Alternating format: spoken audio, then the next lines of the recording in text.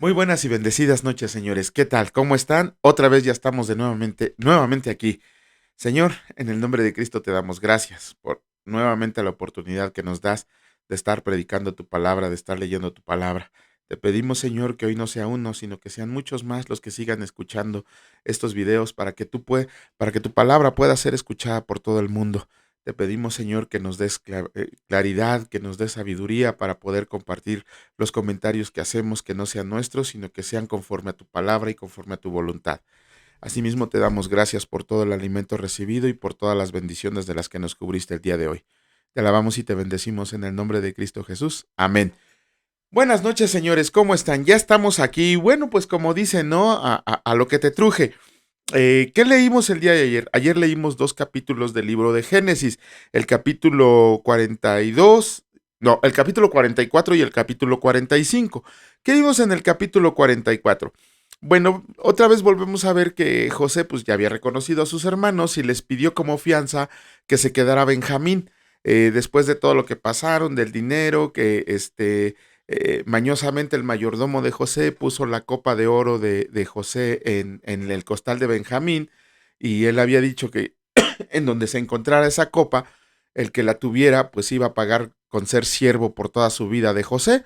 Y bueno, como vimos, hicieron trampa para que quedara en el costal de Benjamín, y a él se le quedó, y aunque todos sus hermanos se ofrecieron como siervos, José dijo, no, ustedes váyanse en paz, yo me quedo con Benjamín como siervo. Pero algo que tenemos que ver ahí, bueno, que nos llamó la atención, si leemos capítulos atrás, vemos que Judá se había metido con una mujer que se llamaba Tamar, y esa mujer era su nuera. De hecho, la embarazó y de ahí salieron Fares y Sara, que Fares es el antepasado de Jesucristo, y todo eso. Pero de hecho, él tenía por mejor amigo a un pagano, a alguien que no era de su pueblo. Total, Judá era una fichita. De hecho, también él fue de los principales conspiradores para que mataran a José. Fueron los que lo aventaron a la cisterna. Judá era muy malvado, por así decirlo, no se portaba bien. A pesar del papá que tenía, bueno, que también el papá así que digamos, bueno, no, pero Judá nunca se portó bien. Sin embargo, aquí vemos un cambio. Cuando Judá se enteró, el que le había dicho a Jacob que si no regresaban con Benjamín, que tomara a sus dos hijos, había sido Rubén, había dado a sus hijos en prenda. Pero ya cuando fueron aquí los trancazos de verdad, nos estamos dando cuenta que el que sacó la casta fue Judá, el que le dijo a José, no, sabes que deja ir a mi hermano, porque si no mi papá se va a morir, yo me quedo a ser tu siervo por toda la vida. Y ahí sí no vemos rastro de que tuviera miedo del papá o que tuviera miedo de los demás, no, sino fue algo que le salió del corazón, decir, yo me quedo, ahí les encargo a mi familia, díganle a mi papá que ahí va su hijo amado Benjamín. El chiste es que vimos un cambio de corazón. Ese cambio de corazón también lo tenemos que aplicar nosotros cuando recibimos la gracia de Jesucristo, cuando ya nosotros decidimos aceptar al Señor Jesús como Salvador, como Señor de nuestra vida. Tiene que haber un cambio, y un cambio evidente, no solamente un cambio de poquito en poquito, o que soy un cristiano en crecimiento, o payasadas así que yo decía, ¿no? No, tiene que verse un cambio real en nuestra vida, un cambio y no tiene que ser paulatino, tiene que ser un cambio drástico. Si tú permites que el Espíritu Santo, que el Señor moren en tu vida, entonces tiene que haber un cambio, y un cambio que sea, ¿cómo se dice? Que sea visto por los demás, que todo el mundo te vea y que diga, ¿a poco sí es él, ese es Juan el que conocíamos? Sí, soy el mismo Juan, con la diferencia de que ahora tengo a Cristo en el corazón, lo he vuelto mi Señor. Esa es una de las maneras en la que podemos aplicar el cambio de Judá que leemos en el capítulo 44. Y en el capítulo 45 por fin vemos cómo José se muestra a sus hermanos, ¿no? Cómo después de que se va a llorar a su recámara, regresa y les dice, pues, ¿qué no me reconocen? Soy yo, José, al que ustedes vendieron por esclavo a los egipcios. Y pues todos los hermanos en ese momento lo abrazan, se dan de besos, lloran, se alegran, y inclusive José les dice que vayan por su papá, que lo quiere ver, o sea, que está ansioso por ver a su papá. Pero aquí también hay dos cosas que nos llamaron la atención. Una de ellas es que cuando José les recuerda que él había sido vendido como esclavo, que José le dice a sus hermanos, no, es que no fue de ustedes que me vendieran como esclavos, sino que fue el plan del Señor que yo viniera a radicar a Egipto para que los pudiera librar del mal, para que los pudiera rescatar, para que pudiera salvar su vida. Lo que ustedes habían hecho para mal, Dios lo transformó para bien. Eso, bueno, desafortunadamente o afortunadamente, nosotros también lo tenemos que aplicar en nuestra vida. Muchas veces hemos pasado por tribulaciones o pruebas que aún recordamos con dolor en el corazón, ¿no? Hay cosas que han quedado en nuestro corazón marcadas, como dicen, marcadas con fuego, ¿no? Cada uno de nosotros es diferente, cada uno tiene experiencias de vida que tuvieron antes de Cristo y que nos marcó el corazón. Las cargamos, es una carga que se nos vuelve y la seguimos guardando y la recordamos y a la persona que nos los hizo, según nosotros ya perdonamos, pero todavía la recordamos con rencor. Entonces, lo que tenemos que pensar es que esas situaciones, esas tribulaciones, esas pruebas, todo eso por lo que hemos pasado, no es sino algo que nos preparó para llevarnos al camino del Señor. La palabra del Señor dice que escogió a lo débil para avergonzar a lo fuerte. Entonces imagínense aquellos que nos conocieron heridos, doblados, sin fuerzas para seguir luchando y que ahora nos vean y que digan, no puede ser si lo vimos que estaba a punto de morir y que estemos sirviendo al Señor. Ni siquiera es para gloria nuestra, es para gloria de Dios el que hayamos hecho esas cosas. Toda la gloria se la debemos a Dios, inclusive por todo lo malo que pasamos, porque luego nos estamos quejando de que, ay, ¿por qué estoy pasando por esto, Señor? Ay, ¿por qué me haces esto? ¿No? En realidad lo que está haciendo el Señor es prepararte para que seas un cristiano maduro y fuerte, para que seas uno de los cristianos que agradan al Señor, un creyente que agrada al Señor, un creyente del que el Señor pueda decir, miren, mi hijo amado, en él tengo complacencia. ¿Por qué? Porque la vida lo vapuleó y aún así está dispuesto a seguir sirviéndome. Eso es lo que tenemos que aprender de José, ¿no? Cómo de lo malo saca lo bueno. Nosotros también de las experiencias que tuvimos las tenemos que convertir en testimonio de cómo Cristo nos rescató de esas situaciones en que tan terriblemente estábamos hundidos. Bueno, vamos a comenzar con la lectura porque sí está un poquito larguito, son 3 capítulos el día de hoy. Vamos a empezar con el capítulo 46 y escrito está: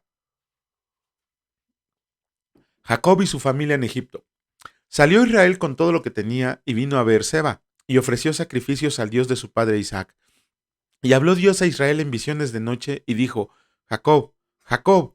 Y él respondió: heme aquí. Y dijo: yo soy Dios, el Dios de tu padre. No temas de descender a Egipto, porque ahí yo haré de ti una gran nación. Yo descenderé contigo a Egipto, y yo también te haré volver. Y la mano de José cerrará tus ojos. Y se levantó Jacob de Beerseba, y tomaron los hijos de Israel a su padre Jacob, y a sus niños y a sus mujeres, en los carros que Faraón había enviado para llevarlo.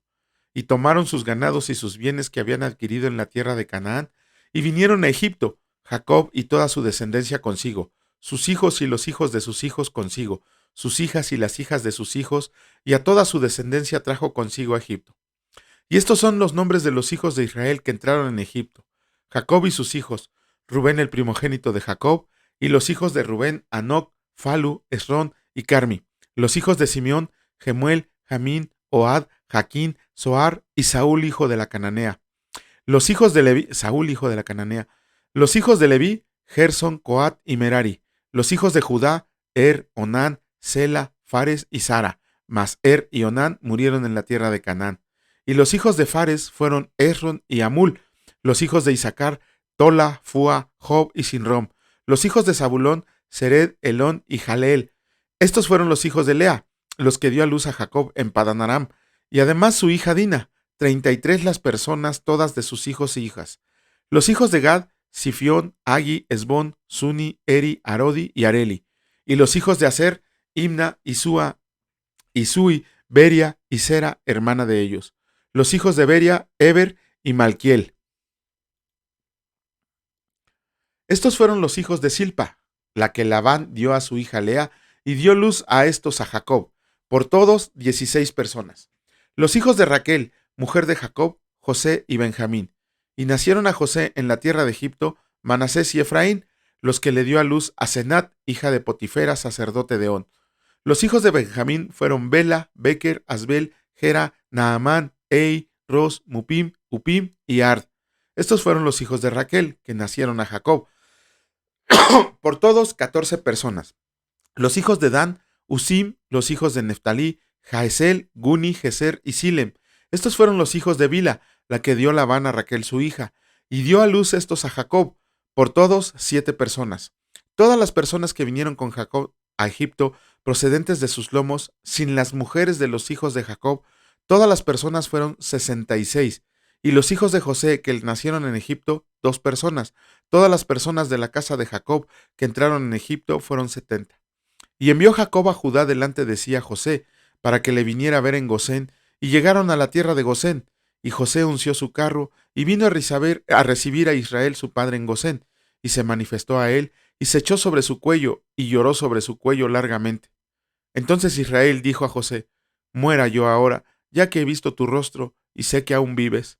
Y José dijo a sus hermanos y a la casa de su padre: Subiré y lo haré saber a Faraón, y le diré: Mis hermanos y la casa de mi padre que estaban en la tierra de Canaán han venido a mí, y los hombres son pastores de ovejas, porque son hombres ganaderos, y han traído sus ovejas y sus vacas y todo lo que tenían. Y cuando Faraón los llame y diga: ¿Cuál es su oficio? Entonces dirán: Hombres de ganadería han sido tus siervos desde nuestra juventud hasta ahora, nosotros y nuestros padres, a fin de que moren en la tierra de Gosén, porque para los egipcios es abominación todo pastor de ovejas. Capítulo 47 del libro de Génesis escrito está: Vino José y lo hizo saber a Faraón y dijo: Mi padre y mis hermanos y sus ovejas y sus vacas, con todo lo que tienen, han venido de la tierra de Canaán. He aquí están en la tierra de Gosén. Y de los postreros de sus hermanos tomó 5 varones y los presentó delante de Faraón. Y Faraón dijo a sus hermanos: ¿Cuál es su oficio? Y ellos respondieron a Faraón: Pastores de ovejas son tus siervos. Así nosotros como nuestros padres. Dijeron además a Faraón: Para morar en esta tierra hemos venido, porque no hay pasto para las ovejas de tus siervos, pues el hambre es grave en la tierra de Canaán. Por tanto, te rogamos que permitas que habiten tus siervos en la tierra de Gosén. Entonces Faraón habló a José, diciendo: Tu padre y tus hermanos han venido a ti, la tierra de Egipto delante de ti está. En lo mejor de la tierra haz habitar a tu padre y a tus hermanos. Habiten en la tierra de Gosén, y si entiendes que hay entre ellos hombres capaces, ponlos por mayorales del ganado mío. También José introdujo a Jacob su padre y lo presentó delante de Faraón, y Jacob bendijo a Faraón y dijo a Faraón a Jacob: ¿Cuántos son los días de los años de tu vida? Y Jacob respondió a Faraón: Los días de los años de mi peregrinación son 130 años. Pocos y malos han sido los días de los años de mi vida, y no han llegado a los días de los años de la vida de mis padres en los días de su peregrinación. Y Jacob bendijo a Faraón, y salió de la presencia de Faraón. Así José hizo habitar a su padre y a sus hermanos, y les dio posesión en la tierra de Egipto, en lo mejor de la tierra, en la tierra de Ramesés, como mandó Faraón. Y alimentaba José a su padre y a sus hermanos y a toda la casa de su padre con pan, según el número de los hijos. No había pan en toda la tierra, y el hambre era muy grave, por lo que desfalleció de hambre la tierra de Egipto y la tierra de Canaán. Y recogió José todo el dinero que había en la tierra de Egipto y en la tierra de Canaán, por los alimentos que de él compraban. Y metió José el dinero en casa de Faraón. Acabado el dinero de la tierra de Egipto y de la tierra de Canaán, vino todo Egipto a José diciendo: Danos pan, ¿por qué moriremos delante de ti por haberse acabado el dinero? Y José dijo: Den sus ganados, y yo les daré por sus ganados si se ha acabado el dinero. Y ellos trajeron sus ganados a José, y José les dio alimentos por caballos, y por el ganado de las ovejas, y por el ganado de las vacas, y por asnos, y les sustentó de pan por todos sus ganados aquel año. Acabado aquel año vinieron a él el segundo año y le dijeron: No encubrimos a nuestro señor que el dinero ciertamente se ha acabado. También el ganado es ya de nuestro señor. Nada ha quedado delante de nuestro señor, sino nuestros cuerpos y nuestra tierra. ¿Por qué moriremos delante de tus ojos, así nosotros como nuestra tierra? Cómpranos a nosotros y a nuestra tierra por pan, y seremos nosotros y nuestra tierra siervos de Faraón, y danos semilla para que vivamos y no muramos, y no sea asolada la tierra. Entonces compró José toda la tierra de Egipto para Faraón, pues los egipcios vendieron cada uno sus tierras porque se agravó el hambre sobre ellos, y la tierra vino a ser de Faraón, y al pueblo lo hizo pasar a las ciudades desde un extremo al otro del territorio de Egipto. Solamente la tierra de los sacerdotes no compró, por cuanto los sacerdotes tenían ración de Faraón, y ellos comían la ración que Faraón les daba. Por eso no vendieron su tierra. Y José dijo al pueblo: He aquí, los he comprado hoy, a ustedes y a su tierra para Faraón. Vean aquí semilla, y siembren la tierra. De los frutos darán el quinto a Faraón, y las 4 partes serán suyas para sembrar la tierra y para su mantenimiento, y de los que están en sus casas, y para que coman sus niños. Y ellos respondieron: La vida nos has dado. Hallamos gracia en ojos de nuestro Señor, y seamos siervos de Faraón. Entonces José lo puso por ley hasta hoy sobre la tierra de Egipto, señalando para Faraón el quinto, excepto solo la tierra de los sacerdotes que no fue de Faraón. Así habitó Israel en la tierra de Egipto, en la tierra de Gosén, y tomaron posesión de ella, y se aumentaron y se multiplicaron en gran manera.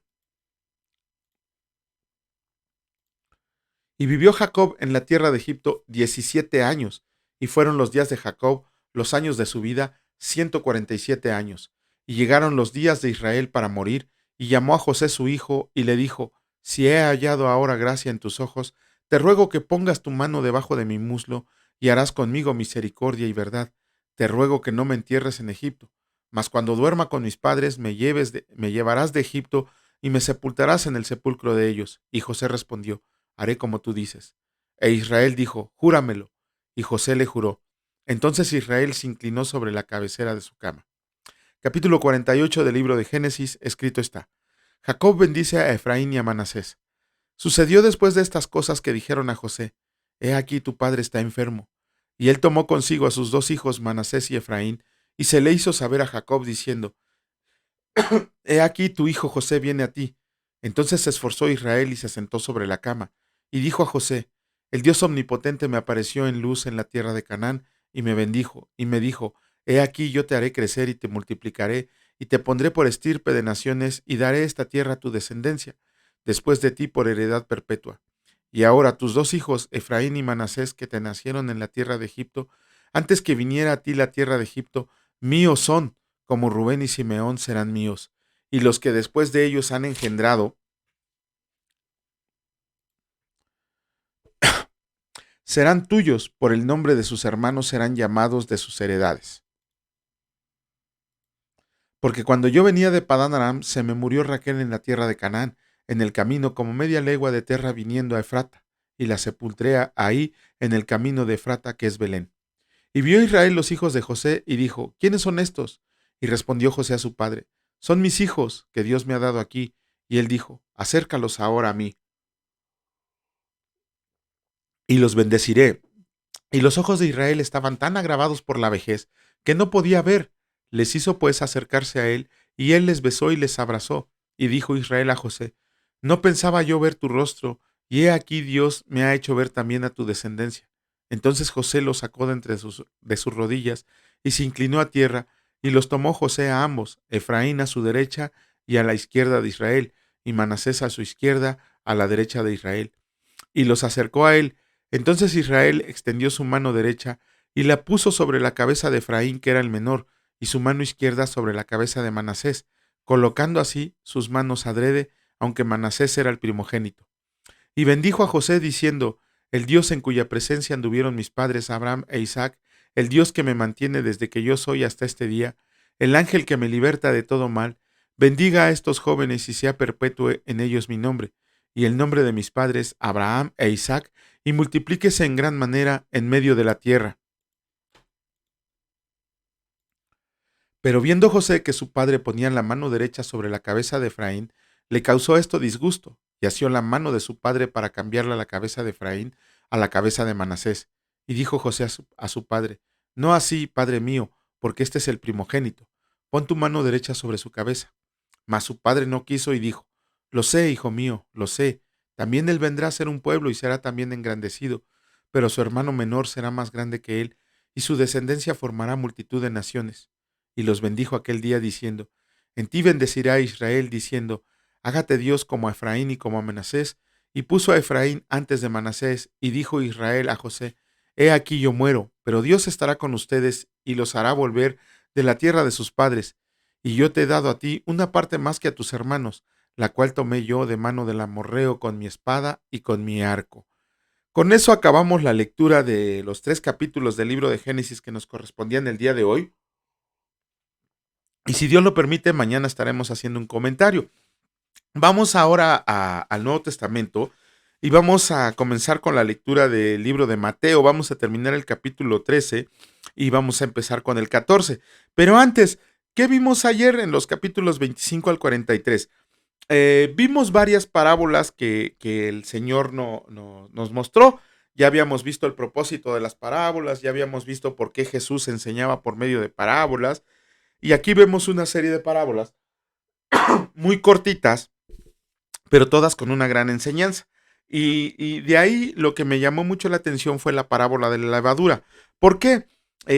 Pareciera ser que en esta parábola la levadura se está teniendo como algo bueno, bueno, sobre todo las varonas, que son las que cocinan, saben que la levadura, pues es lo que hace que el pan se infle, ¿verdad? Perdón, que la masa se infle, que la masa se hinche. Digo, hay varones que sí lo sabíamos. Bueno, yo por estar de metiche, casi nunca meto las manos en la cocina más que para comer.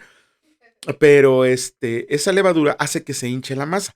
Pudiéramos ver a simple vista que lo que estaba diciendo Jesucristo es que el evangelio iba a ser como esa levadura que iba a inflar a todo el mundo. Sin embargo, ese no es el propósito de la parábola. ¿Por qué? Si nosotros buscamos levadura en toda la palabra de Dios, siempre aparece como que es mala. Ajá, siempre es un tipo de maldad. Nada más, les voy a poner, por ejemplo, cuatro ejemplos les voy a poner en donde la levadura es un tipo de maldad. ¿Se acuerdan de la fiesta de los panes sin levadura? Allá en el libro de Éxodo capítulo 12 inicia en el versículo 15. Dios le estaba diciendo a su pueblo Israel que querían que dejaran de comer pan que tuviera levadura, que comieran puros panes que no tuvieran levadura. ¿Por qué? Porque el Señor sabía que era algo malo. Después, el Señor Jesús, cuando leamos el capítulo 16 del Evangelio de Mateo, vamos a ver que Jesús nos advierte contra la levadura de los fariseos, la mala doctrina. Después también, cuando leamos el Evangelio de Marcos en el capítulo 8, versículo 15, nos vamos a dar cuenta que Jesucristo nos advierte en contra de la levadura de Herodes, una mala actitud. Y todavía más, si leemos Primera de Corintios capítulo 5, versículos 6 al 8, nos está hablando que la levadura es malicia y maldad. ¿Quieren otro más? Ya el último, vamos a leer el libro de Gálatas. Bueno, cuando leamos el libro de Gálatas capítulo 5, versículo 9, vamos a ver ahí que la levadura se entiende como mala enseñanza, como una falsa enseñanza. Entonces, la levadura siempre va a ser un sinónimo de mala doctrina, mala enseñanza y malas actitudes. Ajá. Entonces, si es así con esta palabra, ya llegó mi hijita amada. Ajá, ya saludo. Bueno, bueno, no te viste, pero ya llegó, gracias a Dios. Bueno, entonces la levadura siempre va a ser un tipo de maldad, un tipo de mala doctrina, un tipo de mala enseñanza, eh, cosas de esa naturaleza. Entonces, ¿por qué Jesucristo la utiliza en una parábola? Ok, Jesucristo lo que nos está enseñando ahí es que tengamos cuidado con la corrupción que va a haber en la predicación del Evangelio, con la predicación del reino de los cielos. Desde aquí se nos empieza a advertir, bueno, desde el primer capítulo nos empieza a advertir en contra de los falsos maestros, en contra de los falsos pastores, en contra de las falsas doctrinas. Pero esta parábola nos los indica de manera muy clara. ¿Por qué? Si nosotros tomamos a la harina, que es un alimento, ¿de qué nos alimentamos todos los creyentes? De la palabra de Dios. Este es nuestro alimento espiritual. Si bien nos alimentamos de comida diariamente, el alimento que el Señor nos da es el alimento espiritual, es su palabra. Ajá. Sin embargo, cuando vemos la levadura es muy mala doctrina. Lo vamos a ver ahorita que veamos quién es la mujer. La levadura, si Jesucristo nos está enseñando que la corrupción que iba a haber en la predicación del Evangelio Entonces, ¿quién es la mujer? La mujer es una falsa profetisa. Y si no me creen, vayan a leer Apocalipsis capítulo 2, versículo 20. Ajá. Esto lo tenemos que ver. Y aquí seguramente, bueno, que a mí ni me interesa ser popular o no, sino me interesa predicar la palabra del Señor, lo que está escrito en la palabra, no andar inventando fantasías ni nada. Pero tenemos que ver que muchas de las sectas en las que ahora estamos inmiscuidos, han sido fundadas por mujeres. Ejemplos, Elena G. White, ¿no? De los adventistas, Yesenia Ten, ¿quién más? Melquisedec Lisbeth, es así, híjoles, quien crea en ella, de veras, ahora sí que lo que ayer vimos, ¿no? El pecado imperdonable. ¿Quién más, por ejemplo, se me ocurre? Ah, Hay varias que hasta se me olvidó el nombre, pero bueno, tenemos que ver que en la palabra de Dios, en la Biblia, es muy clara al respecto cuando dice que una mujer no puede ocupar un cargo de liderazgo en la iglesia. Ajá, hay muchas mujeres, estamos viendo en este tiempo, que se autonombran pastoras. Ajá, hay mujeres que son líderes de iglesias. Y cuando nos ponemos a analizar la doctrina que están impartiendo, nos estamos dando cuenta que son doctrinas que no están conforme a la palabra del Señor. Si nosotros leemos Primera de Corintios, ¿qué? Ah, no, no, 14, Primera de Corintios, capítulo 14, versículo 34, ahí vamos a darnos cuenta que Pablo dice que no permite a la mujer que tenga un cargo de liderazgo en la iglesia. Y si leemos Primera de Timoteo, capítulo 2, versículo 12, también nos dice que no permite que la mujer tenga autoridad sobre el varón. Entonces, ¿qué está pasando con estas mujeres que han utilizado la iglesia para lograr sus fines? Vemos ahí a pastoras, para empezar, la manera de vestir, ¿no? La manera de arreglarse. No creo que sea la correcta. No tengo nada en contra de que las mujeres usen pantalón, falda o lo que quieran usar, pero sí Pablo nos enseña que las mujeres deben de vestir con decoro. Segundo, si nos vamos, por ejemplo, al caso de Yesenia Ten, en donde dice que los que no diezman le están robando a Dios y el que no diezma se va a ir al infierno, pues creo que la que nos va a nos va a abrir las puertas de la entrada es ella, ¿no? Porque eso no dice la palabra de Dios.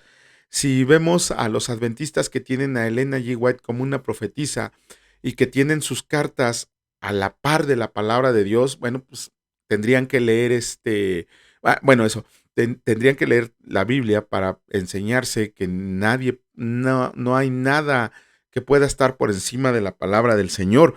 ¿Qué más?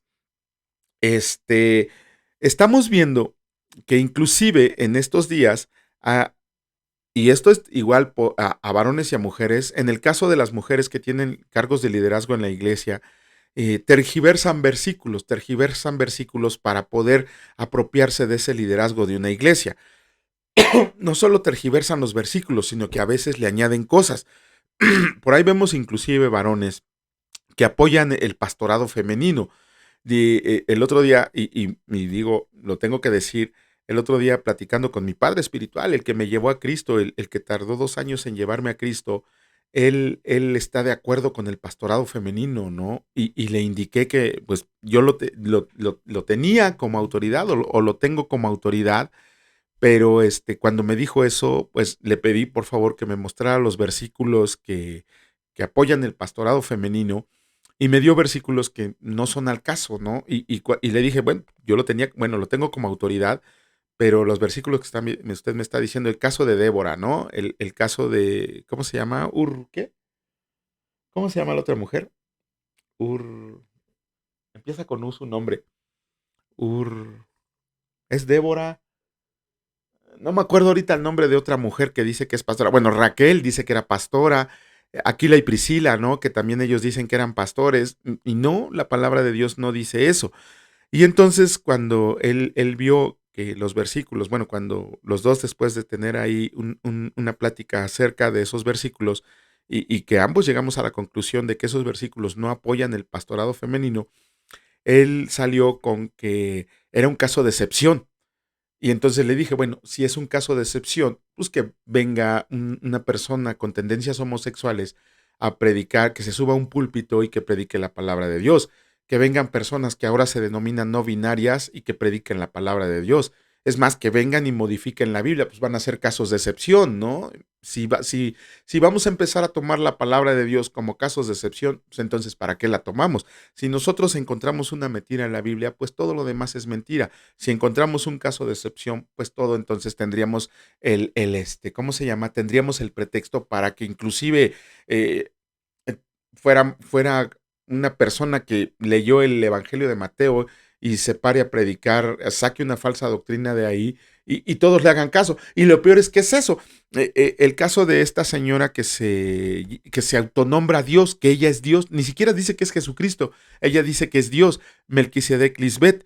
No sé de dónde rayos lo sacó, no sé qué está pasando por su cabeza, pero ¿saben qué es lo increíble? ¿Saben qué es lo que increíble? Que tiene miles de seguidores, miles de seguidores. ¿Por qué? Porque es gente a la que le gusta que se le dé lechita en mamila en vez de que vayan y se alimenten de alimento sólido que es la palabra de Dios. Es más fácil para nosotros escuchar lo que queremos oír de que te vas a ir al cielo, que Dios te ama, que está bien lo que estás haciendo, a que vengas y leas la palabra de Dios y te confronte diciéndote que eres un cochino pecador inmundo, que no merecías el perdón de Dios, pero que por medio de su gracia ya eres salvo. Eso no te gusta oír. Te gusta oír que vas a ser bendecido, pero no te gusta oír que no sabes si Dios te va a bendecir. Es Dios y en su soberana voluntad nosotros no podemos ni siquiera pedirle que nos bendiga. Pero bueno, aquí tenemos que ver esta parábola como algo muy serio para que nosotros nos pongamos a leer la palabra del Señor, entenderla, vivirla y saber que lo que está pasando en el mundo no son más que señales de que pronto va a venir nuestro Señor Jesucristo. Lo malo es que también va a venir a decir que muchos lo llamaron Señor y Él los va a desconocer y los va a mandar al lago de fuego y azufre. Pero bueno, ya basta de tanto regaño. Vamos a continuar con la lectura. En esta ocasión nos toca el Evangelio de Mateo capítulo 13 hasta el 58 y de ahí empezamos con el capítulo 14. Escrito está, la perla de gran precio. También el reino de los cielos es semejante a un mercader que busca buenas perlas, que habiendo hallado una perla preciosa fue y vendió todo lo que tenía y la compró. La red. Asimismo el reino de los cielos es semejante a una red que echada en el mar recoge de toda clase de peces, y una vez llena la sacan a la orilla, y sentados recogen lo bueno en cestas y lo malo echan fuera. Así será el final del siglo. Saldrán los ángeles y apartarán a los malos de entre los justos y los echarán en el horno de fuego. Ahí será el lloro y el crujir de dientes. Tesoros nuevos y viejos. Jesús les dijo, ¿han entendido todas estas cosas? Ellos respondieron, sí, Señor. Él les dijo, por eso todo escriba adepto en el reino de los cielos es semejante a un padre de familia que saca de sus tesoros cosa nueva y cosas viejas. Jesús en Nazaret. Aconteció que cuando terminó Jesús estas parábolas, se fue de ahí y venido a su tierra, les enseñaba en la sinagoga de ellos, de tal manera que se maravillaban y decían, ¿de dónde tiene esta sabiduría y estos milagros? ¿No es este el hijo del carpintero? ¿No se llama su madre María y sus hermanos Jacobo, José, Simón y Judas? ¿No están todas sus hermanas con nosotros? ¿De dónde pues tiene todas estas cosas? Y se escandalizaban de él, pero Jesús les dijo, no hay profeta sin honra sino en su propia tierra y en su casa. Y no hizo ahí muchos milagros a causa de la incredulidad de ellos. Ay. Muerte de Juan el Bautista, capítulo 14, escrito está. En aquel tiempo Herodes el tetrarca oyó la fama de Jesús y dijo a sus criados, este es Juan el Bautista, ha resucitado de los muertos, y por eso actúan en él estos poderes, porque Herodes había prendido a Juan y le habían encadenado y metido en la cárcel por causa de Herodías, mujer de Felipe su hermano, porque Juan le decía, no te es lícito tenerla, y Herodes quería matarle, pero temía al pueblo porque tenía a Juan por profeta. Pero cuando se celebraba el cumpleaños de Herodes, la hija de Herodías, danzó en medio y agradó a Herodes, por lo cual éste le prometió con juramento darle todo lo que pidiera.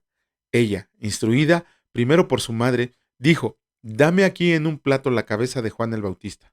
Entonces el rey se entristeció, pero a causa del juramento y de los que estaban con él a la mesa, mandó que se la dieran, y ordenó decapitar a Juan en la cárcel, y fue traída su cabeza en un plato y dada a la muchacha, y ella la presentó a su madre.